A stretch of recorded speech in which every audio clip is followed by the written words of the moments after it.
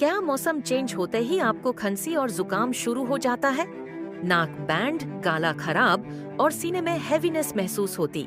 सर्दियों या मौसम की तब्दीली में खांसी और जुकाम एक कॉमन प्रॉब्लम है। इसकी बड़ी वजह होती है वायरस इन्फेक्शन, ठंडी हवा और बॉडी में पानी की कमी।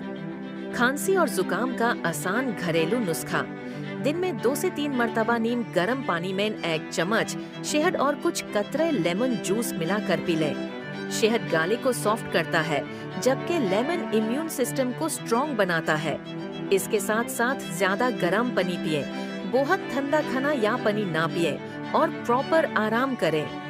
कुछ ही दिन के रेगुलर इस्तेमाल से खांसी कम हो जाती है, गला हल्का महसूस होता है और सांस लेना आसान हो जाता है।